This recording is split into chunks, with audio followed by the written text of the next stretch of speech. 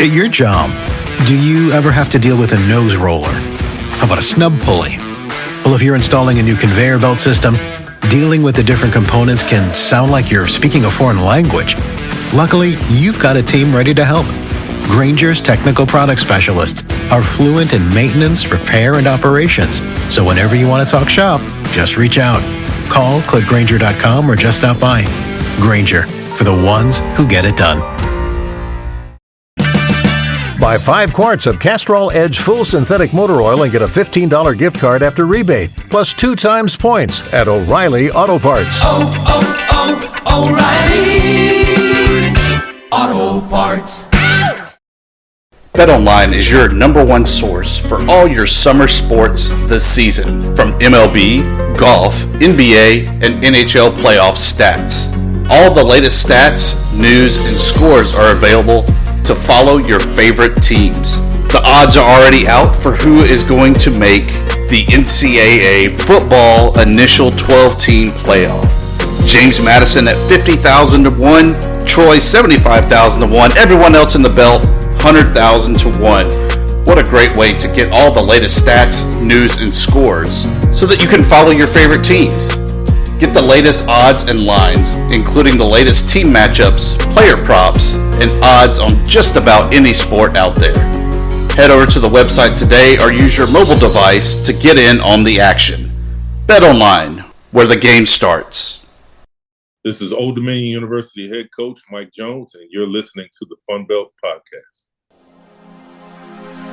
If you didn't know before, now you know why they call this the Fun Belt.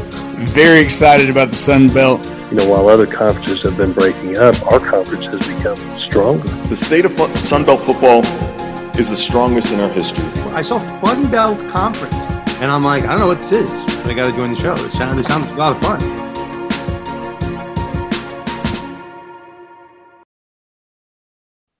We come back for another episode. Starting off on a somber note, though, Jeremy and Shane, we always give Appalachian State a hard time, but we know how passionate, how great their players are, how great their fan base is, and they're all in mourning.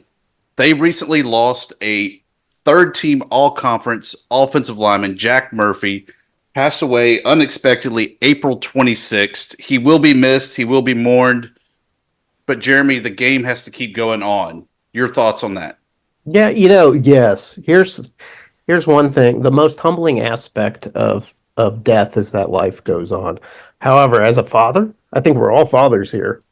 Having something like that happen is just extraordinarily painful, extraordinarily hard to take. And I can't imagine what that team is going through, what that offensive line squad's going through, what Coach Sean Clark is going through, what those family members are going through. Like you said earlier, all condolences to Jack's family, Godspeed, and yes, all we can do is go on. Yeah, condolences, and it makes you stop and think how many people it touches that we probably either know, who listen to us. I mean, he's obviously plays for App State. He's been at Marshall. Like you said, from my neck of the woods, originally kind of up and around the D.C. area, played at Bishop O'Connell and Fork Union. So many players around the Sun Belt knew him, played with him. It's just, you think about how many lives each person touches when things like this happen. Yeah, and it always seems like, oh, well, someone passes away, and you don't really think about the ripples and who it touches. You're right, Shane.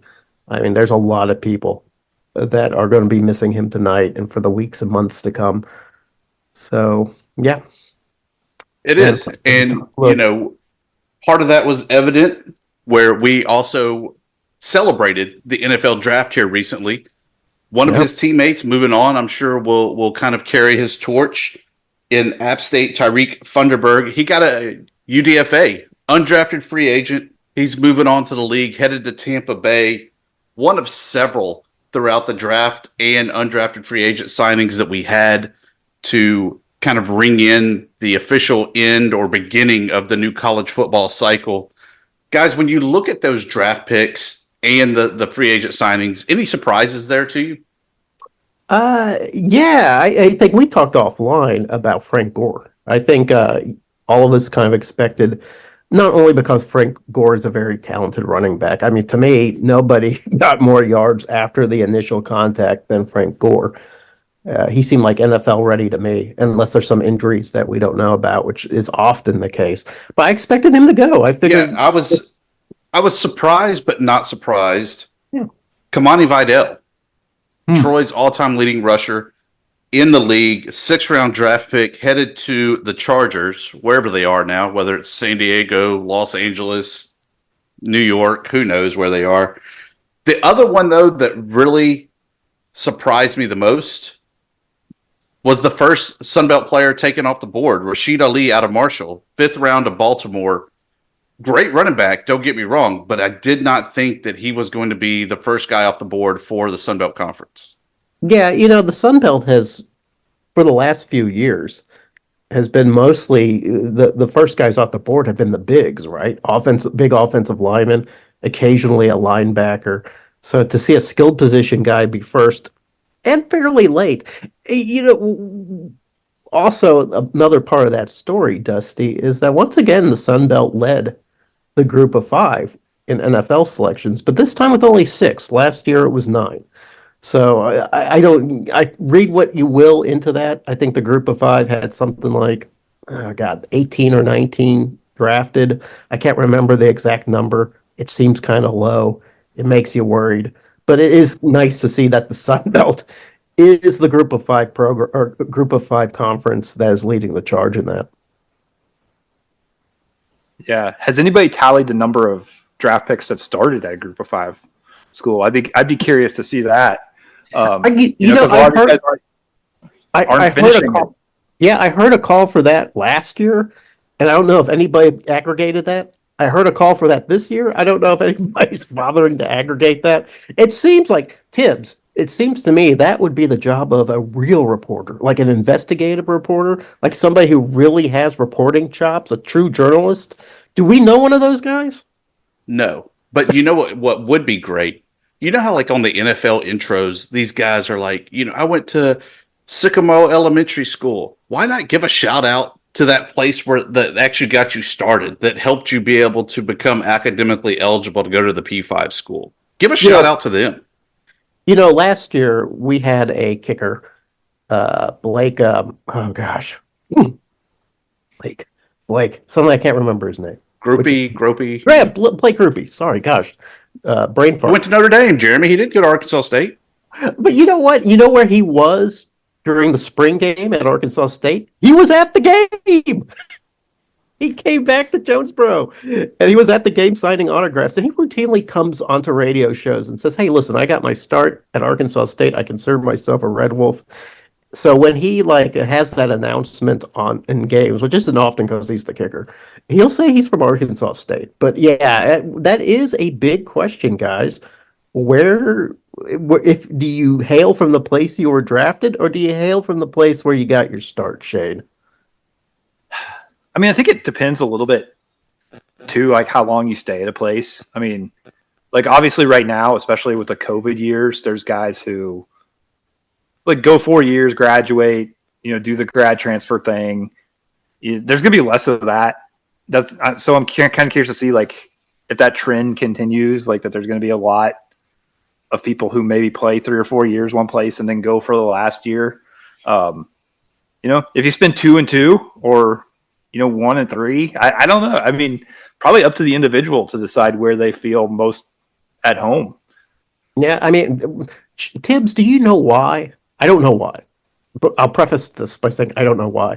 But do you know why some NFL guys will list a high school instead of their college alma mater? Is there some animosity between the player and the program?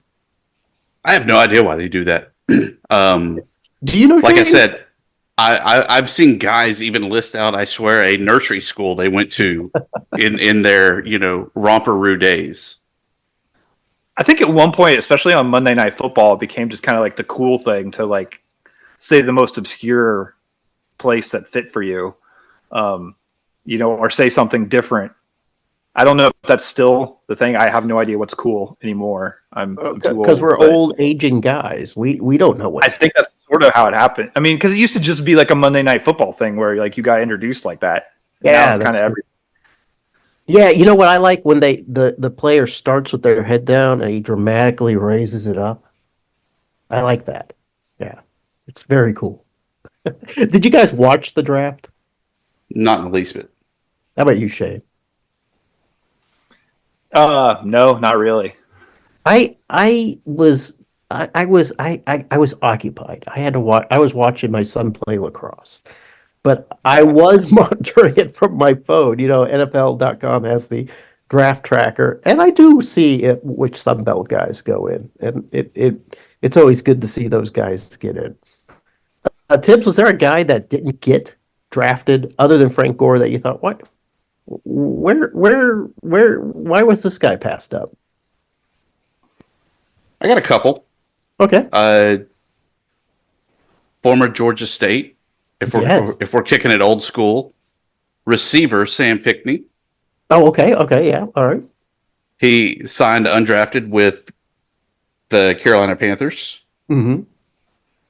Caleb Hood, Georgia Southern. He is headed to minicamp with the Giants. So there's no real ink. It's a, hey, we like you. Let's see how much we like you. Come and play with us for a weekend and see how you like it. Yeah. One of the more interesting ones, he's staying in state, moving down just a little bit further down I-10. Yeah. The Raging Cajun, Jacob Thibodeaux, headed to Metairie for Saints training camp. Yeah, he wasn't even on my radar. Yeah, that's kind of cool. You know what? I was surprised that John Tree Hunter, the linebacker out of Georgia State, I was surprised he didn't hear his name. He ended up getting picked up by somebody, I forget who, but he didn't get called. And a lot of times I feel like if you go to the combine, there's a good chance you're going to hear your name. No John Tree. I was surprised. No, somebody. So I said it was not, I had the wrong name. Jalen Green from JMU. I thought was going to go. I think there might be some injury issues. I don't know if that's true, Shane, but we talked about that. Yeah, I mean, he's still recovering, rehabbing from the season-ending injury he had. Mm-hmm. And it may be a little undersized to begin with. I mean, as an edge rusher type of guy. Yeah. So not necessarily super surprised he didn't get drafted. Like, I'm thinking the injury and making sure they're all clear there and passing the physicals and everything is probably why he wasn't immediately snapped up as an undrafted free agent. But I'm sure he's going to be in camp somewhere. Yeah. And LaDamian Webb was a guy that I thought might hear his name. He ended up getting one of the undrafted free agency offers too. So I'm glad to hear that. But I kind of thought maybe we'd hear from him. It was a golden year, guys, a golden era of Sunbelt running backs this year. I kind of expected to hear more come out, but I have a feeling we're going to see more play on Sundays, whether they were undrafted free agents or drafted in general. So there you go. No Jason Henderson, also out of Old Dominion. Did he get a UDFA? Nothing. Maybe he shows up at a rookie camp. Maybe so. Or the ongoing CFL draft is occurring right now. He could be an import. That's right. I think some Arkansas State guys are looking to hear their names from the Canadian draft, which is not to be laughed at. That is a good league. You know, one of the biggest things, obviously, there's different rules to it, right? Where you have the 110-yard field, the 20-yard end zones, unlimited backfield motion, receivers that can go forward before the snap. 12 on 12, did I say that? Maybe so. I remember talking with Stephen Giles, who was an old ULM quarterback, played in the CFL for a handful of years. He said that was the one thing that really always got him, was learning that you had to account for, in some defensive sets, a third safety, and knowing where that guy was going to be, that it really changed the whole dynamic of how you play football. I always thought that was interesting. You know what always cracks me up when I'm watching a rookie, like wide receiver, for instance, play in the NFL? It's when they catch the ball and they fall to their knee and they think they're down, but you're not down in the NFL unless you're touched, right? So a lot of guys will just, oh, I'm down, and not get up and start running. And that always cracks me up. We have a Jaguar that is headed north to the Elks. DK Bonomi, I guess is how you say his name, linebacker.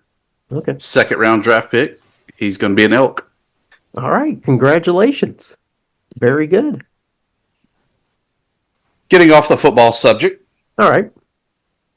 This past weekend, the Raging Cajuns locked up their fifth straight Sun Belt Conference championship, sweeping ULM. Close series all around. But Sam Landry was just really the difference maker coming in, shutting the door, slamming the door, getting the start, getting a save, getting a middle relief. She did it all. Yeah, she deserved to be player of the week after that. But not without controversy. Where controversy. Yes. Head coach of the Raging Cajuns went on a Shreveport, Louisiana radio show leading up to the game, talking about how ULM has the worst facilities in all America. They don't care about Title IX. They don't care about women's athletics. Shit. And then... To make matters worse? The guy had to post on Facebook, oh, look, they have improved their facility. He was basing it off of like 5 years ago. Yeah, it did suck then. Guess what, though, buddy? They've raised money. They've built new facilities. And it's a pretty damn good stadium now. So shut your hole. Take your trophy, and losing a regional at home. Well, I'm glad to see that Warhawk fire still burning inside you, Tibbs. Speaking of stadium upgrades, there's a rumor floating around, Shane, that JMU's thinking about upgrading their football stadium. Is that did I see that correctly? Can you explain? Can you elaborate? I mean, that's always been a lot of talk about, everybody's seen the picture of the lopsided stadium at Bridge Forest at JMU, where, the original expansion, they build up one side in the end zone and the other side is still the original stadium. There's always been kind of like the plan of, sort of the if or when they're going to match it on the other side. New AD had his press conference today. Talked to him a little bit, and strongly hinted that that's something that's already been discussed. That's something that is brought up to him, like even one day on the job. And he said he likes to build things, and I think before too long we'll probably hear more details about like what the plan is to kind of finish off that stadium. All right, yeah, okay. And I see that the Cajuns are like, I don't know, just bulldozing their entire stadium, right? I mean, it seems like it, and building a new one from scratch. Am I right about that, Tibbs? It feels that way. Or are they just tearing down part of it?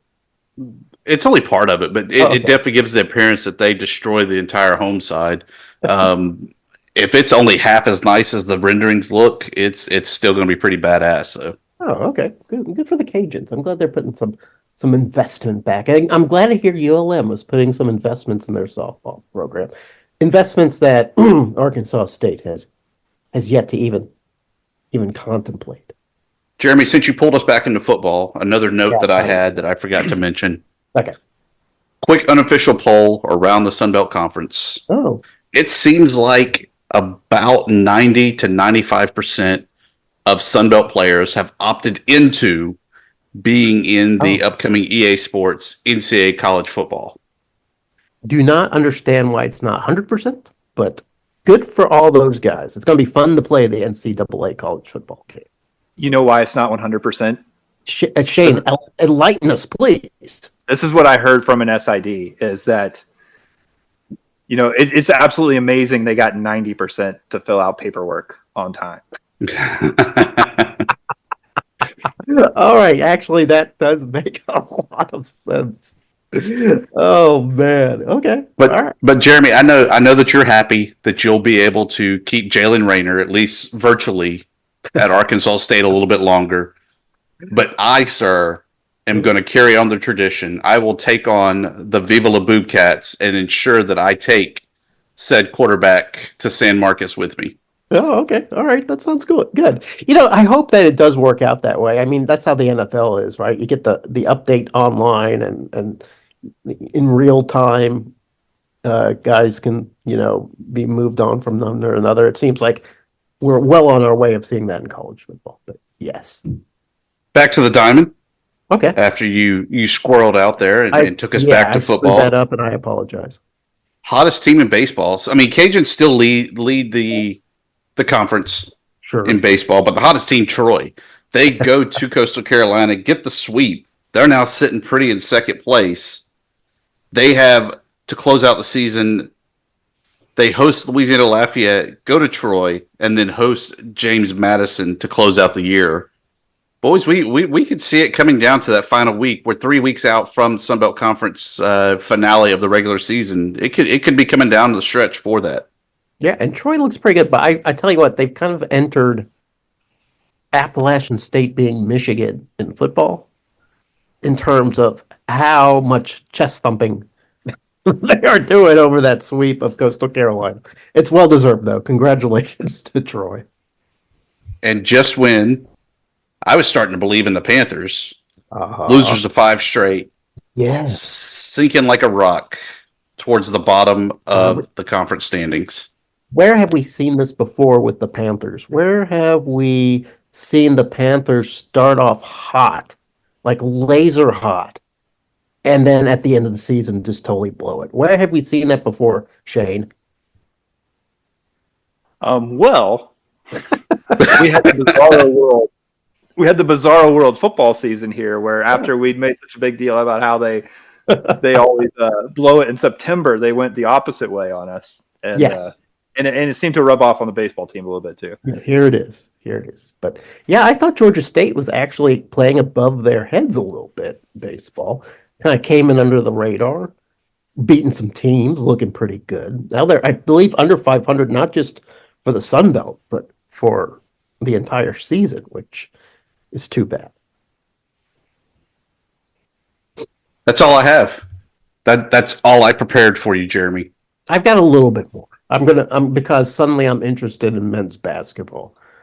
For a long time. So you get a top 50 recruiting class, and all of a sudden he's now smoking a pipe and putting on the stupid smoking jacket again. I've got the monocle on. I BFFs with head coaches. No, absolutely not. No, he routinely criticizes me in the direct messages. But no, I'm pleased to say that Arkansas State, as of now, currently has the top recruiting class in the Sun Belt, ranked number 40 in the nation as of now, which is really cool to see that type of involvement, that type of commitment from Arkansas State basketball. It's uncharted territory for us. We're very excited about that. But guys, it's not just Arkansas State that's doing well in recruiting basketball. I know JMU lost a lot of guys, but they're getting a lot of guys. Appalachian State's getting a lot of guys. ODU, Coastal Carolina, Southern Miss, all getting high-quality guys out of the transfer portal. It's really going to be interesting to see. I feel like there's this, what Shane predicted a couple of years ago is going to come to fruition, that the Sun Belt is finally becoming a legit basketball conference. And I'm glad Arkansas State is taking a part of that. That kind of sounded like a parting shot. No, does it? Oh, that's legitimate news. That's not me just grousing. Yeah, it is. That's me bragging and boasting. Jeremy, congrats also on winning the men's golf championship over ULM. Yes. In a playoff. As we said off air, and I think even in our thread text XDM chain, probably the best golf championship that the conference has had in a really long time, where it was two just really great, scrappy teams through and through, and really not a one-sided affair. Yeah, it was exciting to watch if you're able to watch it. I believe it was streamed, and a lot of people did watch it and found it very stressful. There are a lot of a lot of A-State fans who are really kind of holding onto their chests at the end of that because ULM put up a great fight, a classic matchup between two programs that, let's face it, Tibbs, are known to drop the bag. So it's good to see at least one of these programs, close escrow, get that championship. I believe the NCAA selection tournament selection is, I think, tomorrow. I think it's tomorrow. If it's not, it's in a couple days. But Arkansas State fans will be looking for that and seeing where we end up being placed. Are you going to the first four? No. Well, I didn't mean like you're attending. Is that where Arkansas State's going to be seated, though? Oh, I don't know. I don't know how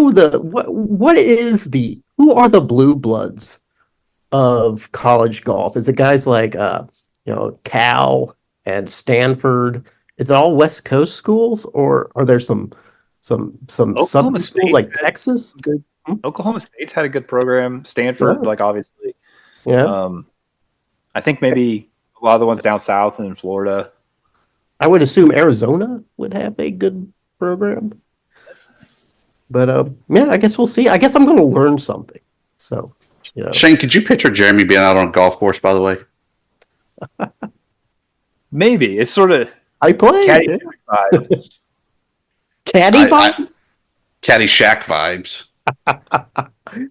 One time I was playing golf in Arizona, and this older couple, I was alone. I was there for a wedding, and the groom said, "Jeremy, why don't you spend while your wife is getting ready? She was a bridesmaid. While your wife is getting ready for this, you go out and play golf at this fancy club." I said, "Okay." So I go out. I'm renting some clubs, and they kind of hooked me up with two older people that were also on vacation. And at one point, I chunked a ball into the sand trap, and I just started yelling and cursing and offending God. And I could hear the old couple behind me go, "Don't say anything. Just don't say anything." I felt ashamed. I scared these old people. I'm always nervous about getting grouped with somebody I don't know. Like, I have no idea if they're going to be good or not, and I'm not good. And I like to hit the ball, so I end up on the driving range more than the actual course. But I'm not any good. Yeah, I get nervous when I get paired with somebody. Like, actually, I'll play really good that first hole with them because I'm really stoked and focused, and then I just start falling. But I like playing golf. Tibbs, do you play golf? Not in the least bit. No, okay. Top golf is about as far as I go. We got one of those in Little Rock. Hey, when you come down to Little Rock, we'll stop by the Top Golf. I go up to Little Rock, but yes. Oh, yeah, you're in Houston. Yeah, good. Yeah. Geography, not a strong point, Shane. No, I graduated from Arkansas State. And on that note, we throw it to plugs, promos, and parting shots. Shane, what do you have? Just promo it. You can check out dnronline.com/sports, read about JMU, read about the Sun Belt, read about JMU's new AD and new basketball and football coaches and all the new people coming to Harrisonburg because there's a lot of turnover right now. Yeah. Welcome to big time college athletics, Shane. Once you hit the big time, they start leeching off of you. Jeremy, what do you have? I with it being kind of slow, there hasn't been a whole lot going on. I have been kind of keeping tabs, monitoring, not really by choice, but because it's been sort of filling the Twitter sphere. This sort of, I don't know what you would call it, a feud between outgoing transfer students at Colorado and the head coach, Deion Sanders. There seems to be a sort of, I don't know, Enron principle with Deion Sanders. Let's just cut the 5% that are underperforming every year and be brutal about it. And hey, this is a dog-eat-dog world, not really realizing that it's young people and their livelihoods that you're messing with. And then you have the team's quarterback, which happens to be the son of the head coach, kind of jumping in there and weighing in with his sort of mean-spirited opinions about things. I don't know what to think about this new Deion Sanders trek into high-profile college coaching. It started off strong. There was a lot of good feelings. Now it seems like there's sort of an ugly underbelly to it going on. I hope Deion Sanders, because I am a fan. I'm a fan of Deion Sanders, both as a professional football player and as a coach as he's gone. And I like a lot of the things that he's done. But I hope he grows up a little bit. I hope that he matures a little bit here and sort of understands that when you become part of a bigger program, you can no longer just say, well, I'm prime time. I can do what I want. You are actually beholden to a lot of other people too. And the beauty, the power of being a college head coach at a program, whether it's a G5, a P5, even a FCS program, is being able to manage all those factions, whether it's your players, whether it's the boosters, whether it's the press, whether it's your coaches. You gotta manage them all. And right now, it doesn't look like Deion Sanders is managing them at all. Guys, one thing I always loved doing was going to the movies. Yeah, me too. It was always fantastic. Yeah. I don't know what it is. Maybe it's the pure crack on the popcorn, but the popcorn tastes a little bit better. Yeah. The sodas are a little bit better. They have recliners. Oh, it's so nice now. Movie theaters are dead, though, Jeremy. That there is really just no good movies, no cinematic production. There's nothing. Yeah. And a recent article described Paramount, who is just absolutely tanking in the stock market in reputation, that they're rearranging the deck chairs on the Titanic. How fitting that is also the current state of college football, as the firestorm is just continuing over whether or not we should have a G5 and a P5 playoff to separate, where we have the 1A, a 1AA, and then the FCS type of championship. Yeah. I gave my opinion. I stand by it. I want to be able to lift the big trophy. Yeah. The only way, though, that anybody in the G5 will ever get to do that is by breaking away. So break away, rearrange the deck chairs on the Titanic, and let's lift a big-ass trophy, Jeremy. Well, I'm not going to litigate that again. But what if he did this? What if there was a G5 tournament, Tibbs, but the Power Four had to play in it too?